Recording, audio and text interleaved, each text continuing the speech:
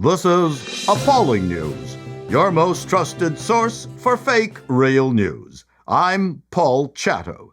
According to Melanie Bennett, writing for Juno News, nurses in Canada now have to denounce white European-centric medicine as part of their professional ethics obligations.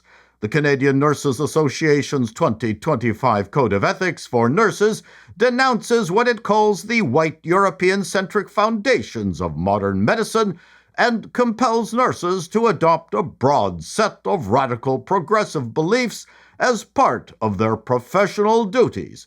We are certain that the 2025 Code of Ethics will be front of mind as nurses try to subdue a patient strung out on barbiturates while attempting to clean up an explosion of diarrhea.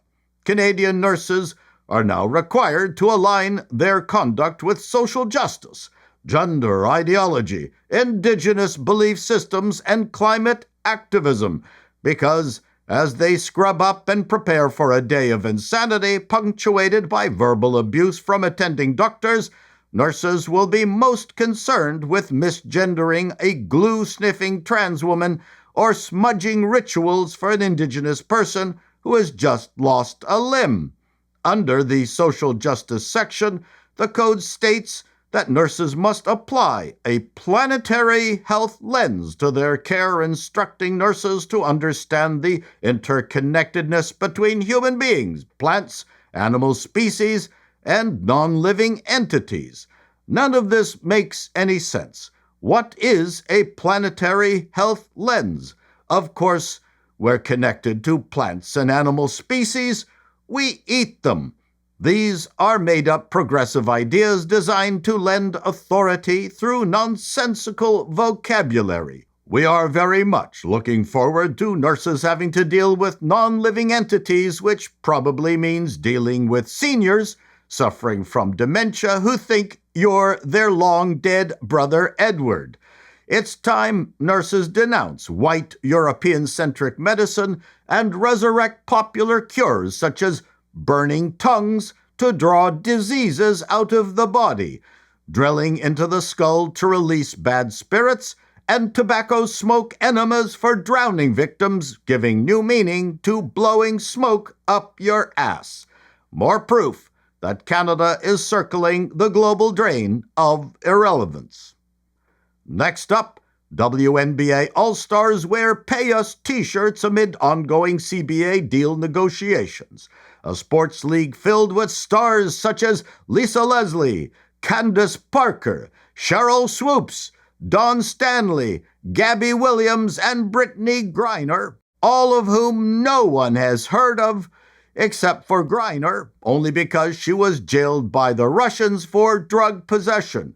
A league so popular that after 29 years of being in business, the only one anyone knows by name is sophomore phenom Caitlin Clark, which is why sports outlets are putting only Clark on the front pages of their stories. All of this makes the Pay Us What You Owe Us campaign ironic because since its founding in 1997, the WNBA has never recorded a profit as a league. Official losses were estimated at $10 million per year by 2018. In 2024, losses surged to about $40 to $50 million despite strong growth trends. It would seem to us that the Pay Us What You Owe Us campaign could backfire and result in a cut in pay. We suspect they are using girl math. For instance, in girl math, if you bought an $80 item for $40, that meant you made $40. If the WNBA reduced its losses to $25 million a year from $50, you can then split the $25 million you've just made. And finally, we have this woman living off her dead husband's fortune, lecturing us from Los Angeles. So I'm in my beautiful city, LA, and I have friends texting me like all morning. My gardener didn't show up. My housekeeper didn't show up. So, what you're saying here is that your rich friends employed illegal immigrants, probably at a good discount. My farmer's market was closed. And it seems your farmer's market also kept wages down by hiring illegal immigrants. Everyone's scared.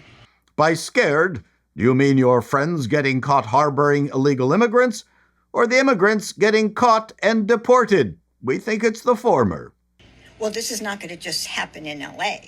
And you 1%ers that only voted for Trump because of money? If you're talking about 1%ers in Los Angeles, we think they are mostly Democrats. Guess what? You're going to have to do your own dishes, or clean your own house, or mow your own lawn. Your assertion that only Latinos can clean your home and mow lawns is very racist. Don't you have any Romanians there? And that wonderful produce, the organic produce you get for your brunches? We know for a fact that Republicans don't do brunch. All gone. Yeah, you're going to actually have to do some work around your house. These people are important. We're so glad you believe these people are important. Your little lecture was more ironic and condescending than you think. And your glasses are too big for your face. This is Appalling News, and that's the way it is.